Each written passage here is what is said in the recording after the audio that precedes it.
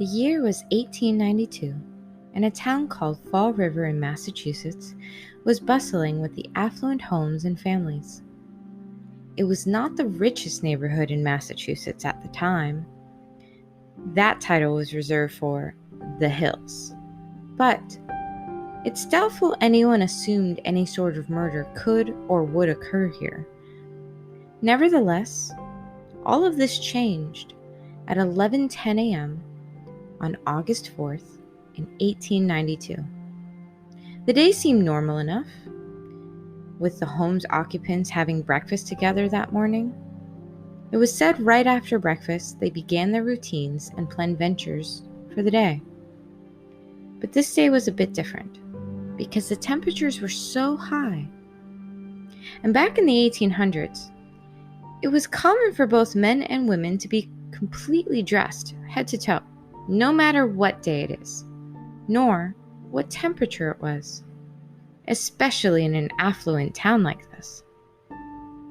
They would have been dressed to impress, but so was that heat. With no air conditioning or plumbing, how did they handle the intense sauna it must have felt like in their home? Although August is known to be the warmest month in many places, and it may seem they would have been fine.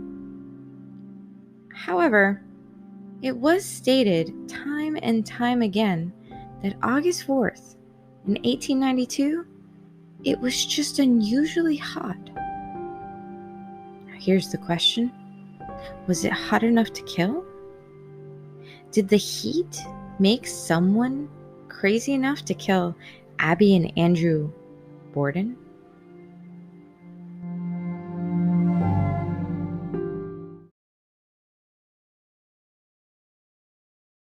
Lizzie Borden took an axe, gave her mother 40 whacks. When she saw what she had done, gave her father 41.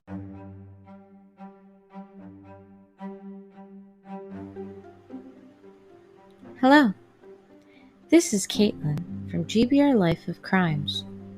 In this podcast, we discuss women crimes and the psychology behind them. Why did these women commit these crimes? Was it mental illness? Did they do it just for fun? Keep listening, because this week is about Lizzie Borden.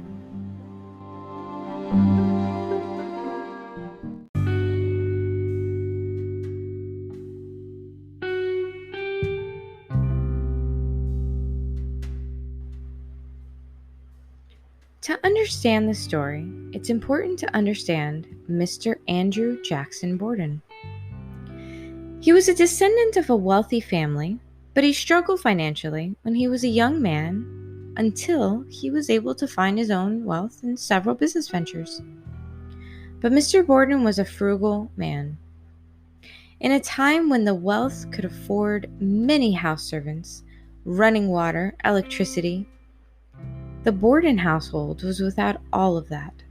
Instead, there was just one maid, Miss Bridget Sullivan, an immigrant from Ireland.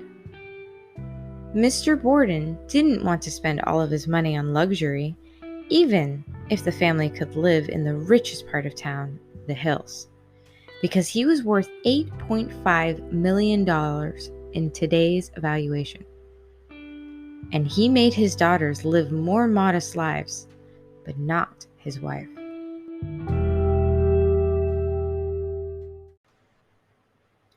It's known that Abby was not the biological mother of Lizzie Borden and her older sister Emma Borden, but not much is known about their biological mother, Sarah Morse Borden.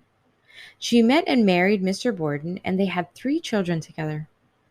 Emma Borden, who was born in 1851, then Alice in 1856, and shortly died thereafter in 1858, and then Lizzie Andrew Borden, was born in 1860, just 2 years after the death of her sister.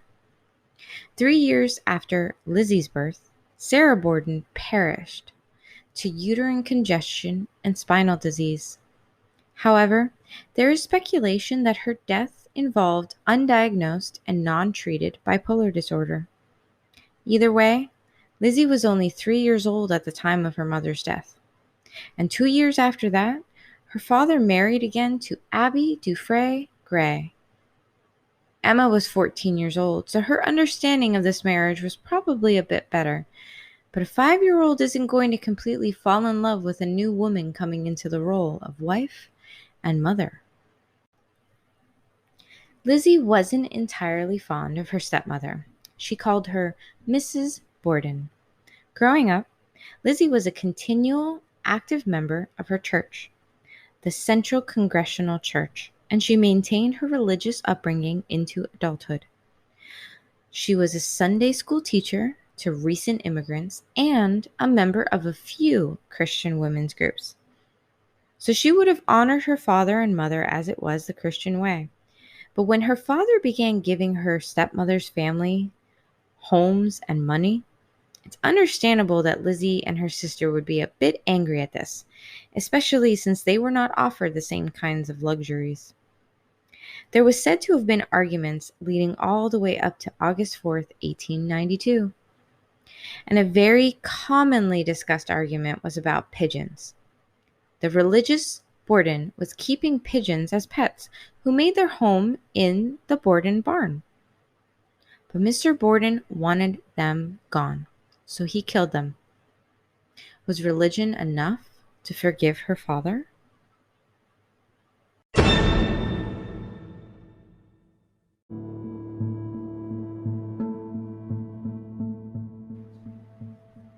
Arguments and tension had been building in the Borden household for months, and shortly before the well-known murders of Mr. and Mrs. Borden, Lizzie and Emma had been vacationing in New Bedford, even choosing to take an extended vacation before returning home in July. Even upon their return, Lizzie did not stay at her father's home. She instead went to a local rooming house, and Emma was in Fairhaven, a town about 15 miles away.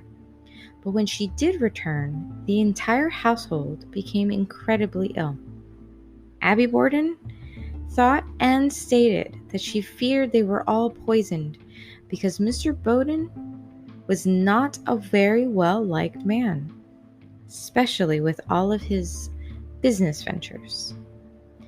But they all recovered, and on the morning of August 4th in 1892, the family was well enough to begin their normal lives again.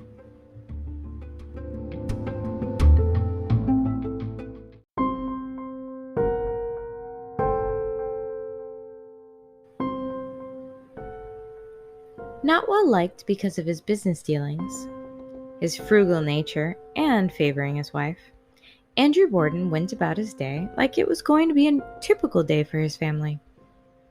Although they did have company. Mr. John Morse had come to stay with the Borden family on August 3rd, just one day prior to the murders, and he was there for breakfast because he had just slept in the guest room the night before. He was the girls' uncle from their biological mother's side. But what was he doing there? That morning, Mr. Morse and Mr. Borden had a long conversation. It was said it lasted about an hour after breakfast. But he left at 8:48 a.m. to buy oxen and to visit his niece in Fall River. Mr. Borden himself, well, he left around 9 a.m. for his morning walk. Abby went upstairs to make the bed, Sullivan to clean the windows, and then to take her own little nap, leaving just Lizzie. Mr. Borden did return home around 10:30 a.m., and he was let into his home by Sullivan. But that was because his key didn't work, and the door was jammed.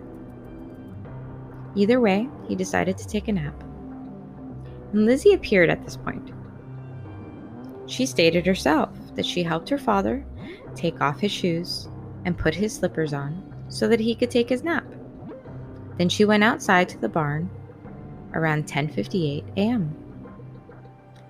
But in all this time, Abby was already murdered. And around 11 a.m., Mr. Borden shared the same fate. With 11 blows to the head, Abby had been bludgeoned with 17.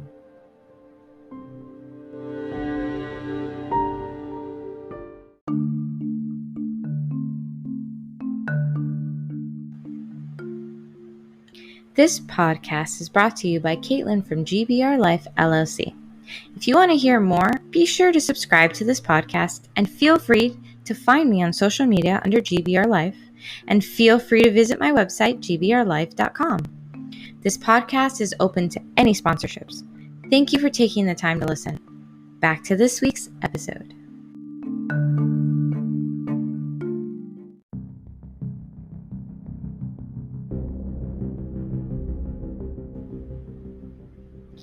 Abby was said to have been killed between 9 and 10:30 a.m.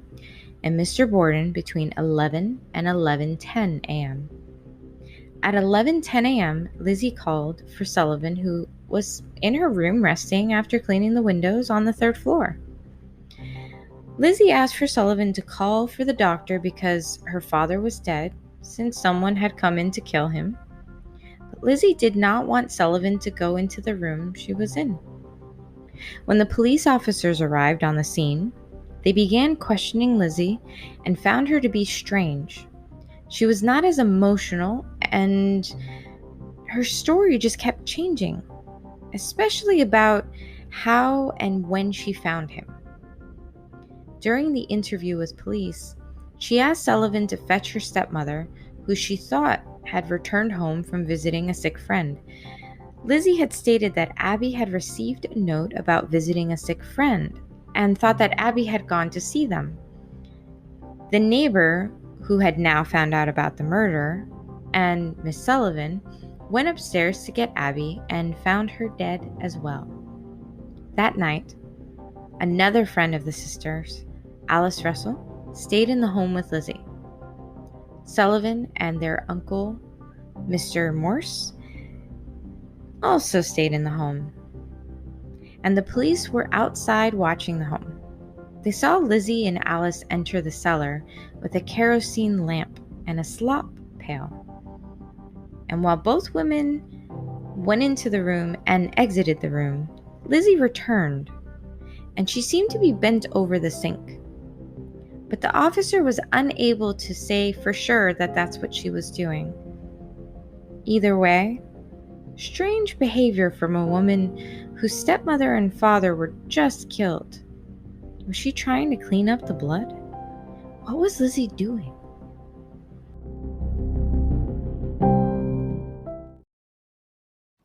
Father's upset. Did you steal a mirror from the dress shop? The owner said you took a mirror from her store. That's ridiculous. Why do you lie to me, Lizzie? I don't lie to you. You lie to everyone. So what did Father do? He paid. Of course. Could we have a moment, please? It was an accident. The mirror must have fallen into the dress box. Don't think you're going to that party tonight. Of course I'm going. Who'll be your escort? I am perfectly capable of walking there on my own. I don't need an escort. I will not have you traipsing about Fall River all alone at night. You will not go unaccompanied. Oh, Father, I do love you so. But I'm not that little girl anymore. No. The answer's no.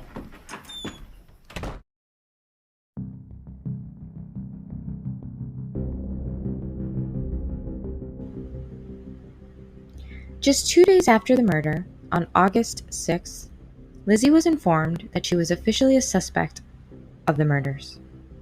That day, she was found by Alice tearing up a dress that she was going to burn because she had stated it was ruined by paint.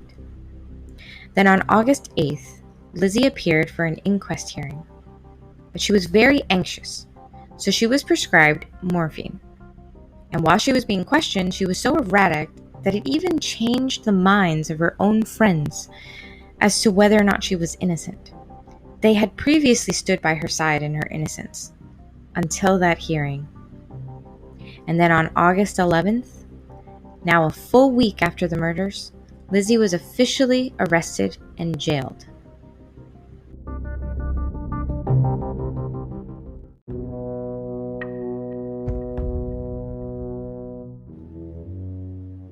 While Lizzie was in jail, there was another axe murder in Fall River, but it was solved and said that the murderer was not in Fall Rivers at the time of the Borden murders, unless this was a potential police cover-up. Either way, her trial didn't begin until June 5th, 1893, which was almost a full year after the murders, and Lizzie had been in jail the entire time until this trial, and the trial itself only lasted 15 days, ending on June 20th, 1893. And Lizzie was acquitted. Wondering why? Well, the evidence. It was completely circumstantial. The police even admitted to doing a sloppy job when they were investigating and doing the search of the Borden house after the murders. The murder weapon was never officially found, even though there was one axe that seemed to fit, as it did have a missing hatchet head. It was never actually made to be the official murder weapon. And that dress, well, it was burned, so nobody knows if there was any blood on it. The police did not search Lizzie or anyone else in the home on the day of the murder for blood. And there was no bloody clothing found at the home. Also, the neighbors had testified that Lizzie was seen outside coming from the barn and going into the home at 11:03. However, it wasn't until 11:10 that she had called for Sullivan. So where was the proof?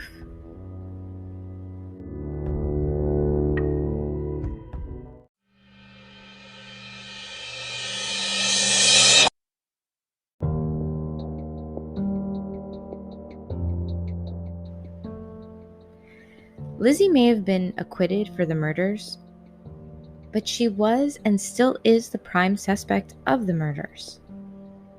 Even in the town that she lived in and decided not to move from, the people treated her like she was the murderer of her parents. And Sullivan, well, on her deathbed, decided to finally come clean and say she changed her testimony to protect Lizzie during the trial.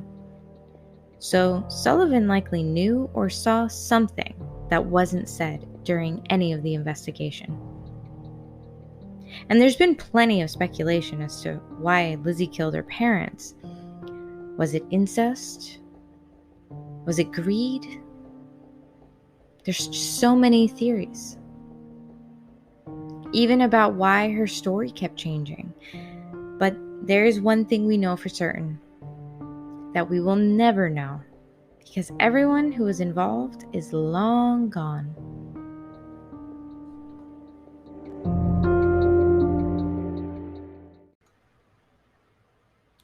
Lizzie Borden was thought to have possibly shared in her mother's mental illness of bipolar disorder, but she was never diagnosed with this. And while many stated Lizzie behaved oddly during the entire investigation, no one was checking for mental health. So today, there is no true profiling of Lizzie because of the fact that she was acquitted, and most of the evidence was circumstantial. So even those who spoke to her reasonings of killing and creating a profile are doing so based off of speculation and circumstantial evidence. Lizzie Borden was one of the most interesting unsolved murders, and it was the first time a woman was charged for such a heinous crime. Do you think Lizzie killed her parents? And if you do, why?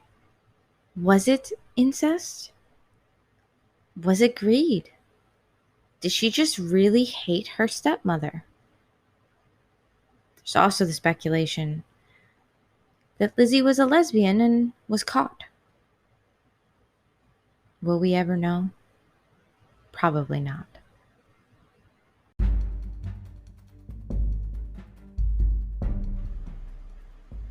Thank you for listening to this week's podcast. This was Caitlin from GBRLIFE. I hope you tune in again next week for Christine Gilbert, Killer Nurse, your worst medical nightmare. Talk soon.